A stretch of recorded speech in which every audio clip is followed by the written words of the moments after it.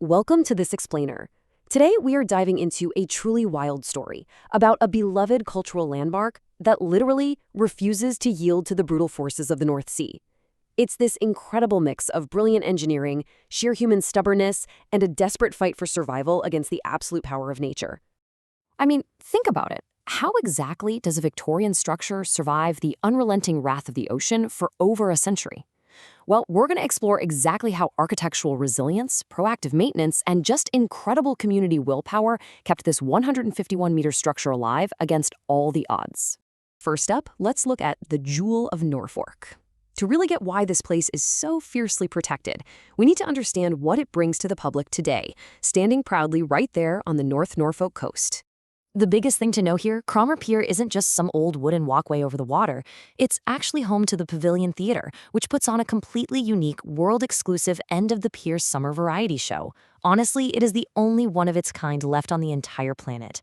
So we aren't just talking about historical nostalgia here. This place brings immense cultural and economic value to the community. It's a living, breathing entertainment hub. But getting to this point wasn't easy. Let's dig into its centuries of stormy history, because the pier we see today is really just the latest warrior in a very long line of structures that have battled the ocean. Previous versions of the pier faced a relentless pattern of destruction. The fight literally goes all the way back to 1391 with the first recorded jetty. By 1822, they built a 210-foot cast iron jetty, only to have it completely obliterated by a violent storm just 24 years later. The wooden replacement survived until 1897 when it faced a totally different kind of disaster. A rogue coal boat smashed right into it, damaging it beyond repair. The wreckage was just gathered up and sold off for a measly 40 pounds. What's fascinating about this era is the sheer contrast. On one hand, you had these super rigid, quaint social rules of the 1800s. A keeper maintained strict order, smoking was absolutely forbidden, and ladies had to retire from the promenade by 9 p.m. sharp. But for all their attempts to control human behavior up top, they were totally powerless against the violent, unpredictable sea below that eventually washed it all away. But they didn't give up. Following the destruction of that old wooden jetty, the Cromer Protection Commissioners authorized a brand new, fashionable 450-foot structure. Designed by Douglas and Arnott, it opened in 1901 and cost £17,000. Now, back then, that was a truly monumental financial investment just to secure the town's seaside appeal. And that actually brilliantly illustrates the escalating price of preserving history. Fast forward a century, and the modern North Norfolk District Council had to shell out a staggering £1.2 million between 2012 and 2013 on preventative maintenance, completely replacing the metal main trusses and cross braces. But as we're about to see, that massive modern investment couldn't possibly have been timed any better. Which brings us to the 2013 tidal surge. That immense financial investment led right up to the structure's ultimate test, a fateful night that threatened to erase the pier off the map completely. The timing of those £1.2 million repairs was just incredibly serendipitous. They wrapped up in October 2013. Literally 2 months later, on the night of December 5th, a massive, brutal storm surge hit the UK coast. But because of those freshly installed metal trusses and cross braces, the main structure actually held firm. The reinforced legs quite literally prevented a total collapse during the cyclone. That said, the sea still caused severe topside devastation.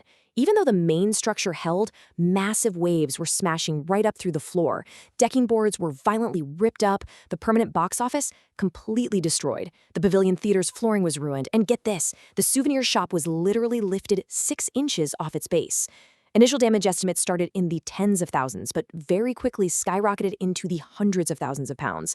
But, as they say, the show must go on. Despite this massive natural disaster striking right before the incredibly lucrative holiday season, the story definitely doesn't end in despair. The community response was nothing short of heroic. The storm hit on a Thursday, causing absolute chaos. Yet by Saturday afternoon, musical director and show manager Nigel Hogg was telling the press, "We are hoping to get the show back on Wednesday or Thursday."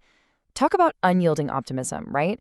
It perfectly grounds the disaster in human determination, showing this incredible drive from the cast and crew to get back on stage mere days after the sea tried to swallow them whole. To pull this off, the community and council took some incredibly rapid recovery actions.